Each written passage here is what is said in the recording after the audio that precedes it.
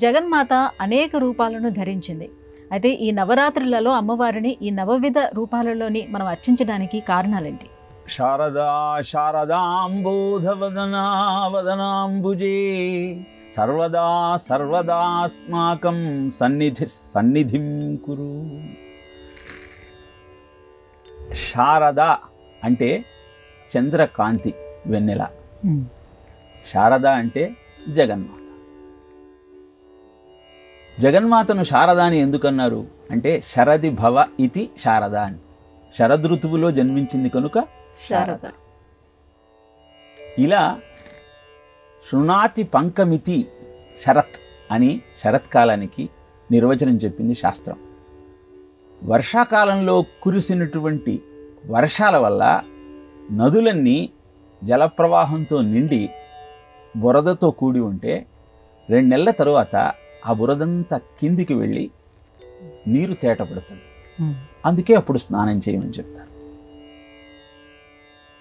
శరదృతువులో ఆశ్వయుజ కార్తీక మాసాలు 2 ఉన్నప్పటికీ ఆశ్వయుజ మాసంలోని ప్రత్యేకంగా దేవీ నవరాత్రులు ఎందుకు జరుపుకుంటామంటే ఒక సంకల్పంతో కార్యక్రమాన్ని ప్రారంభించి విజయం సాధించాలన్న పట్టుదలతో సాధన చేసేవారికి తప్పకుండా విజయం దొరికే ముహూర్తమే ఆశ్వయుజ మాసం. అందుకే దాన్ని ఆశ్వయుజము అన్నారు.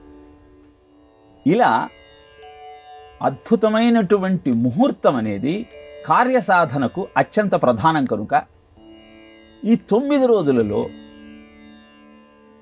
తల్లిని 9 రూపాలలో అర్చించటం వలన మన కోరికలన్నీ నెరవేరి మన అభిష్టాలన్నీ నెరవేరుతాయి. లౌకికంగా చూసినట్టయితే శీర్యంతే అశః ప్రాణినాం ఇతి వా శరత్. కురిసిన వర్షాల వల్ల నేలంతా చిత్తడిగా మారి క్రిమికీటకాదులు పెరిగి అంటువ్యాధులు ప్రబలేటువంటి అవకాశం కూడా ఉన్నది. ద్వావేన సుమహాఘోరౌ ఋతు రోగకరౌ నృణాం వసంత శరదాదేవ జననాశకరా విభౌ అంటుంది దేవి భాగవతం. శరదృతువులో జన నష్టం ఎక్కువగా జరిగే అవకాశం ఉన్నది.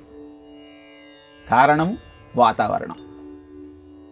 ఏ పని లేకుండా ఇంట్లో కూర్చొని పెరుగుతున్న వ్యాధుల నుంచి కాపాడుకోవటానికి నీ ప్రయత్నంతో పాటు దైవీ శక్తి కూడా కావలసి ఉంటుంది. శక్తి సంధానే శరీర ఉత్పత్తి అనేది శివసూత్రం. వస్తున్నటువంటి ప్రమాదాన్ని కనిపెట్టి తదనుగుణంగా మన జీవన విధానాన్ని మనం మార్చుకోగలిగితే ఆ ప్రమాదం నుంచి మనం బయటపడవచ్చు. అందుకే ఆశ్వయుజ మాసంలో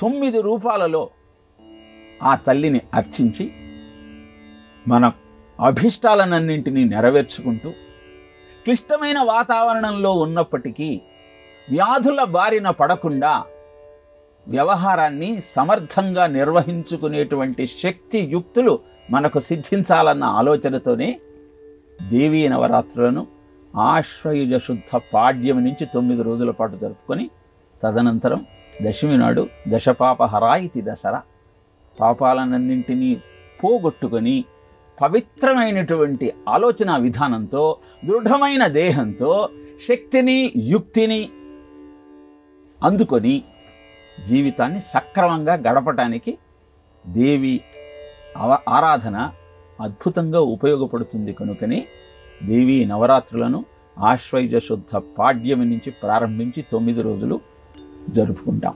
నవాన్ రాతీతి నవరాత్రి అని కొత్త దేహం దొరికేటువంటి సమయం కనుక దీన్ని నవరాత్రి అన్నారు.